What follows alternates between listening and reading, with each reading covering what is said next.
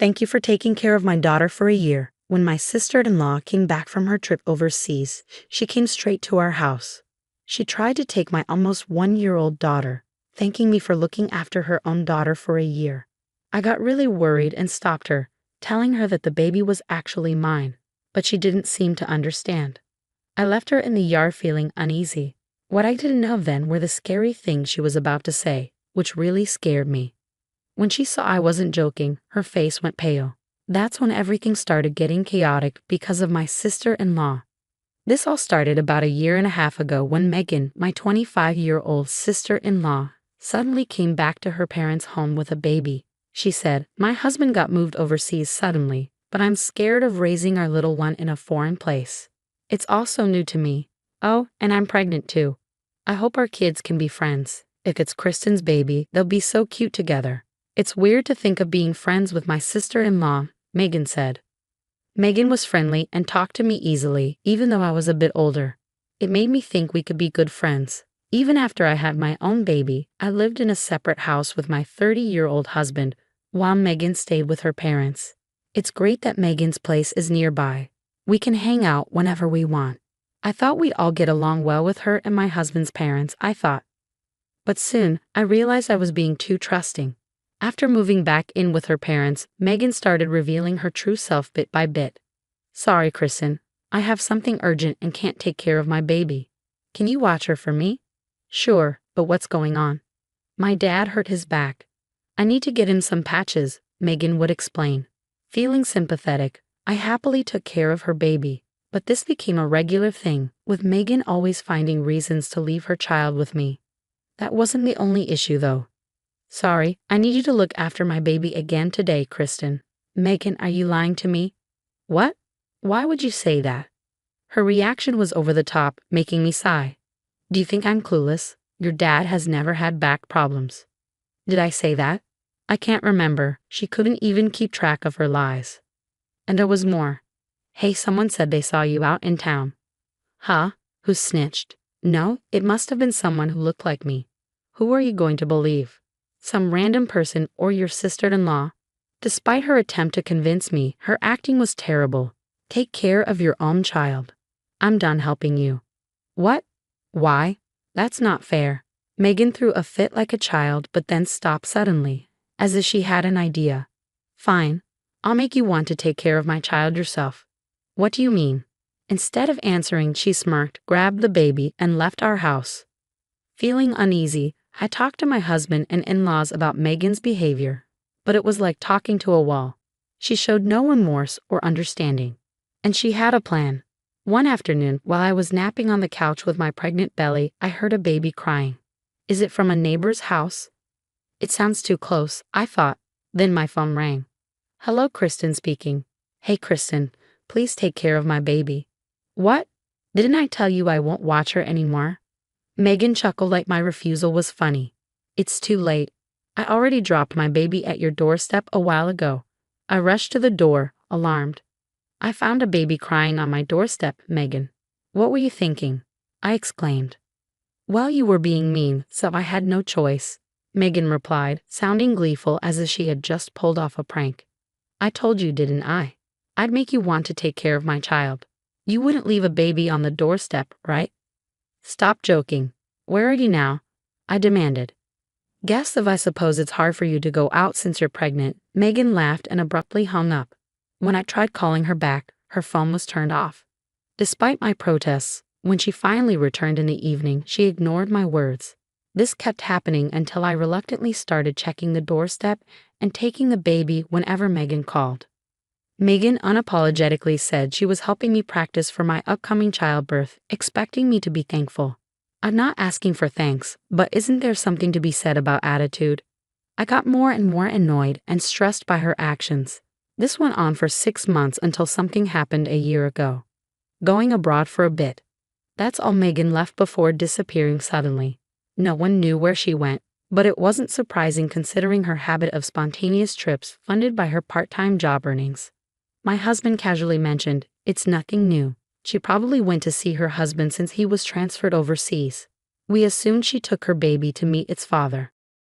Our family, caught up in our own worries, hardly talked about Megan. Just before she disappeared, I went into labor 2 weeks early and was rushed to the hospital, caught off guard by the sudden birth of our beloved daughter.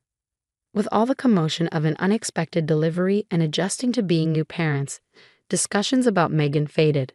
Before we knew it, a year had passed since she left. As my daughter's first birthday approached, our peaceful life was disrupted once again by Megan.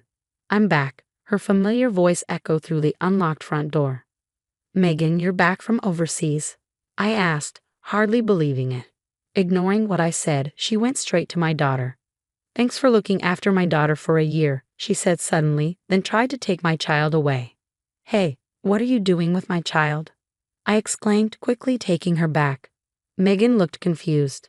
"Come on, just because you've had her for a year doesn't mean you get to act like her mother. This child is really my daughter." Both of us were confused for a moment. "Megan, didn't you take your own child with you overseas?" "What are you talking about?" "I left her in your yard," Megan said, cutting me off. It seemed like we were talking past each other, but I felt something awful might be happening. "You mentioned leaving a child for a year when you went abroad. You left her in my yard, and that's what I've been saying." At that time, I had just given birth to this child and was in a hospital due to poor health, so I really don't know where your child is now. Shocked by the revelation, Megan's face went pale as she stuttered in disbelief. "This is serious. We need to call the police," I said, reaching for my phone. But Megan grabbed my arm with trembling hands. "Wait, please don't call the police." "But how can we not?" "Please, I'll be in big trouble if you do," Megan said, looking really scared. I understood how serious the situation was, so I decided to tell our family about it. I called my husband and our in-laws to explain what was going on. But when I finished the call and turned around, Megan had disappeared. I was upset that she ran away when I wasn't looking. I felt really angry at Megan. After I called them, my husband and in-laws came to our house. My husband told us that there was indeed a baby in the yard while I was having our baby at the hospital. He didn't know much about Megan's baby and thought she took it away somewhere. He called the police to take care of the baby. We were so focused on our new baby that we completely forgot about that incident. Megan's child would have been around 1 or 2 years old when she finally returned. It's likely she confused my child with her own because they were close in age. After talking with the police, we found out Megan's baby was safe at an orphanage, which was a relief. I decided to let my husband and in-laws take care of Megan's child. But what worried me more was how scared Megan seemed. Her level of fear was unusual. There had to be more to this situation than met the eye. My gut feeling was right when I decided to take action. "It looks like we need to teach her a lesson," I told my husband and in-laws. I had something on Megan that I never thought I'd use, but now was the time. It was time to show her. A week later, everything set up, I called Megan. After a few rings, she nervously picked up. "Megan, your child is safe. You can come back home now," I assured her. Megan casually came over and rang the doorbell. I was so worried. "I'm glad she's safe," Megan said with a careless laugh as she walked into our living room. But what she saw inside was unexpected. "What in the world? Aaron and Ben, what are you guys doing here?" Megan's husband, or should I say, her ex-husband, Aaron, was sitting on the sofa, looking angry at her, and on the floor sat her affair partner, Ben, with a sad expression like he was going to cry. "This isn't good," Megan said, trying to leave our house. But my father-in-law, who's a big man, was blocking the doorway, stopping her from leaving. Megan ended up sitting on the floor next to Ben, getting a lecture from my husband, her ex-husband, and our in-laws. "Come on, everything's fine now, right? The child is safe," Megan said stubbornly, puffing out her cheeks. But Aaron's cold stare silenced her. "If you can't even look after the child properly, maybe you should give up custody and the child support payments," Aaron said, his tone icy. When I talked to Aaron, he told me that everything Megan had told us was a lie. He hadn't been sent overseas, and they had divorced because of her cheating. Despite that, Megan had managed to get custody of their child during the divorce and was getting a lot of money from Aaron for child support. Even if the parent with custody cheats, they still get child support. That's why Megan panicked when I wanted to call the police. She was scared of what would happen if they found out she wasn't actually taking care of their child. I explained to everyone. I felt really disappointed by Megan's selfishness. "Kristen, you have to help me. I can't pay back the child support," Megan begged. But you're the one who left the baby with me. You can't deny that. Don't try to make excuses. Do you have any evidence? I asked calmly, while Megan screamed in panic.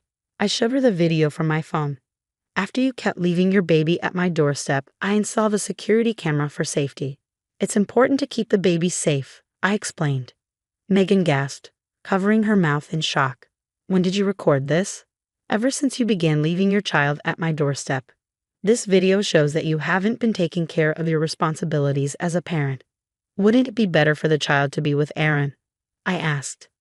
Megan, biting her lip and growling softly, suddenly turned to Ben, who was sitting beside her, and burst into tears. Help me, Ben. Everyone's picking on me. But Ben, who appeared to have viewed Megan as just a casual relationship, gently pushed her away. I have another family, Megan. You've betrayed me too. Who do you think paid for our trip around the world with the child support money? Megan gasped, realizing her mistake. But is that really so wrong?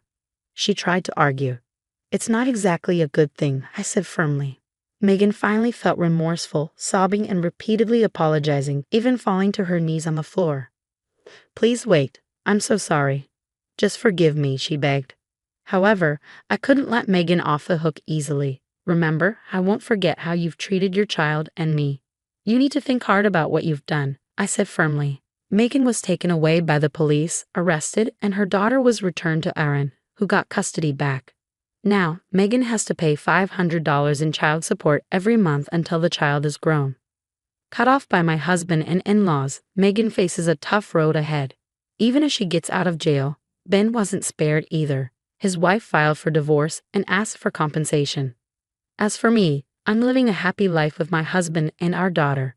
Every day brings new joys and discoveries as we watch our daughter grow.